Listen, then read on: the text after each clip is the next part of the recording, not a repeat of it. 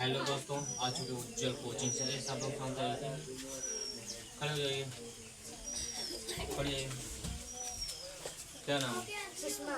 1 2 याद है? इंग्लिश से ओ यानी 1 1 1 1 TW O 2 1 2 याद है? बताओ। 10 तक याद है? 6 तक याद है? 5 का सुनाओ, सुनाओ सुनाओ सुनाओ। 5 तक याद है ना? 5 6 तक याद है? 5 का सुनाओ, बताओ। नहीं याद? बैठ जाओ, तुम खड़े हो जाओ। क्या नाम है? कैसे बोलो? 1 2 याद है? नहीं याद है?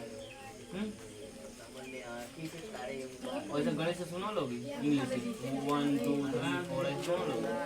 10 तक सुनाओ।